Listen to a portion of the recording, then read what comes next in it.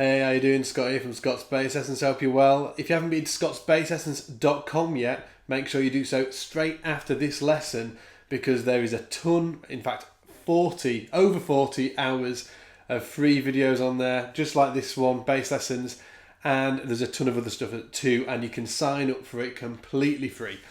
So today I just wanted to address a load of emails that I've been getting recently. I did a tutorial ages ago, maybe like over a year ago, maybe 2 years ago, something like that, about the specific pedal board I use. And I'll put a link to it somewhere on this page or in the description below. And I get a lot of emails saying, yes, Scott, great, I can see your pedal board. There's a ton of pedals on there, which there is. I think there's loads. There's like Mooga Fugas and, delays and all this kind of thing. And it's big. So what do we do? Just like an everyday gig, what do you take? Do you take that huge thing, or do you just take a couple of pedals? And I actually just take a couple of pedals. The reason that I have that, the big pedal board, is for gigs that I've been booked on, where I'm going to have to play specific keyboard lines and things like that on the bass. So I need a lot of synth type sounds. And nowadays that synth bass sound is, part of the bass player's arsenal that you're kind of called on to have in your set of effects a lot of the time. But I don't want to take that huge rig with me all the time. So to these emails, I've been getting a load of emails about what effects I use just, when I've got sort of like a little gig to go to, or a jam session or something like that. And I actually generally just take 2 or 3 pedals to those, because I just want to keep my rig really light, throw it in the car, and then, get there or jump on the train. And I'm not going to be taking that huge pedal board with me. So my normal pedals that I use are just a Boss Distortion DS1. And I know you're thinking distortion, that's a bit weird, for bass, but it's actually really cool in certain contexts. And a OC2 as well, Boss OC2. They're my 2 kind of, go-to pedals that I use. And sometimes as well, if I'm going to be doing any kind of, sort of like soloistic, I've been any kind of solo stuff.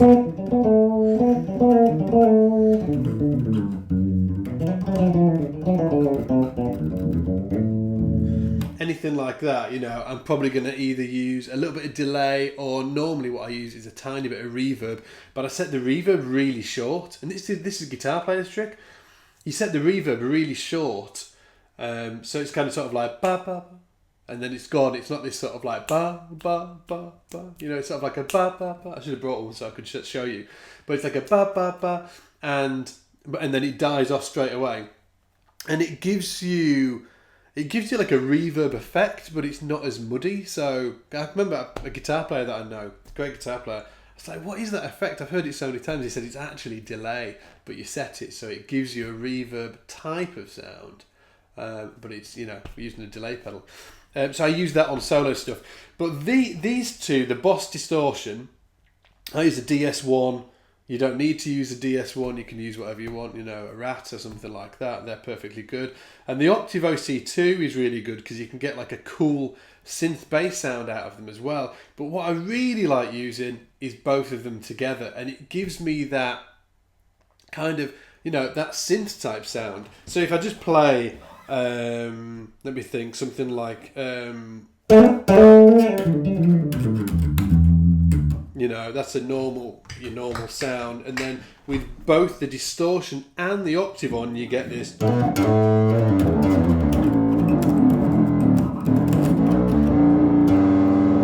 Yeah, so it's you could play a bass line. It's that Jamiroquai tune.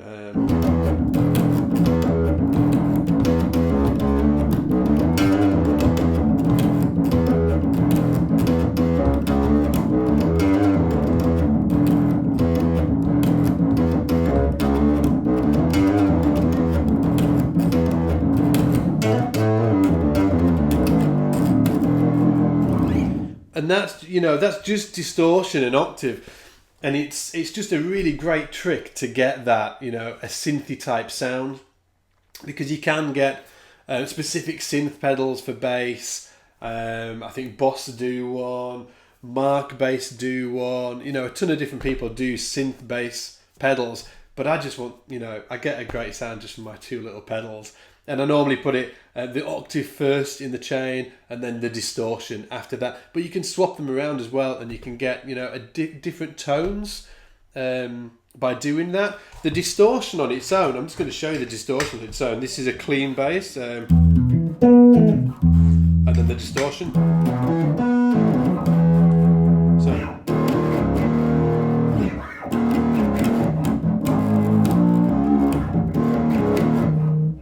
You know, the kind of thing. And then the octave on its own is that and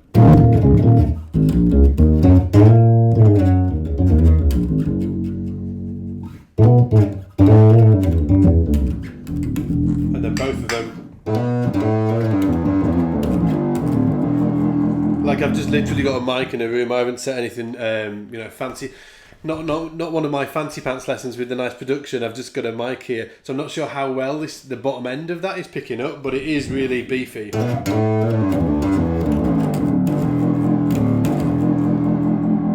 And I got into this synth sound just listening to guys like Stevie Wonder, and the line I'm playing there actually is really influenced by Stevie Wonder and those synth type players, where they're using the what's the wheel called? I can't remember what the wheel's called. On a synth, you've got this pitch bend wheel, so they play a line and they do that pitch bending, and that's where you get the these, that kind of thing. It's just here I'm just, for instance, playing on an E pentatonic, minor pentatonic, kind of like a blues scale thing.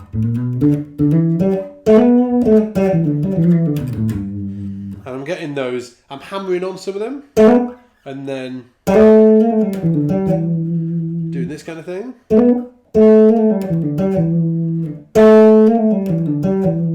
And then you can also, instead of doing that,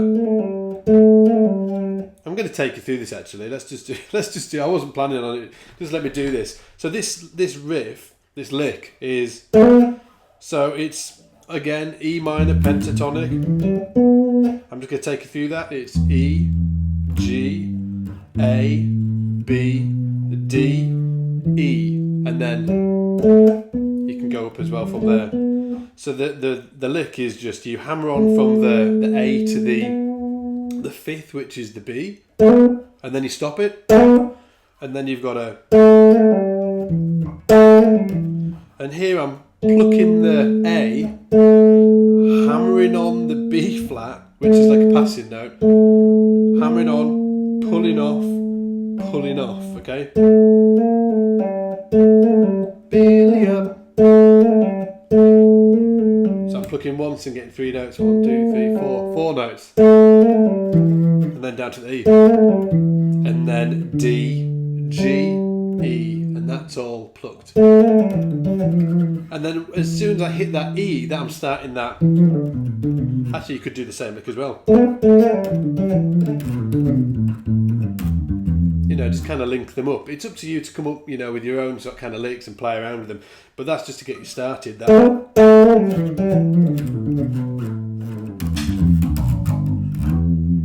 So really play around with that. You can get them really cool synth fill lines that the guys like Steve used to use. And actually, just thinking about it, there's a great, you know, Michael Jackson, Man in the Mirror, written by Glenn Ballard, I think, who also co-wrote Jagged Little Pill from Alanis Morissette, which is one of my favourite albums actually. But Glenn Ballard, and he wrote a load of stuff for Curtis Stigers, who has done some great jazz stuff recently. But he, if you listen to Man in the Mirror, lost my train of thought there. If you listen to Man in the Mirror, there's some great synth stuff actually towards the end of the tune, really cool, which has that, you know, the I've forgotten the pitch bend wheel. It has that pitch bend wheel thing in it. So, you know, get your distortion, your octave pedal, and then have a play around with making these kind of synth lines up.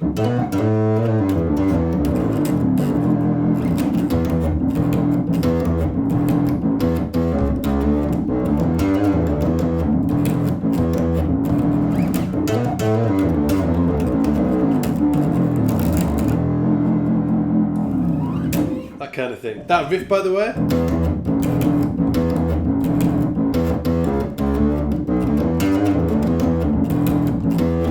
Jamiroquai. It's called Black Capricorn Day, and it is badass. So check that out if you haven't already.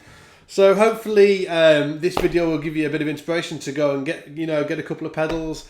And if you're not into effects yet, just dip your toe in the water with them. It's really it's really good fun. I'm a real purist. I wasn't really into effects at all, and then it kind of just happened. I had to, get into effects because I was getting asked to recreate those synth type sounds in the bands I was playing in. So I kind of had to do it. But, after I did it, I was like, man, I wish I got into this earlier. So, check it out and see if you like it.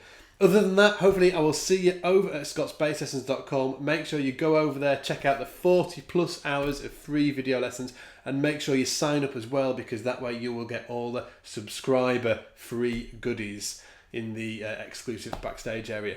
Take it easy, and I'll see you in the shed.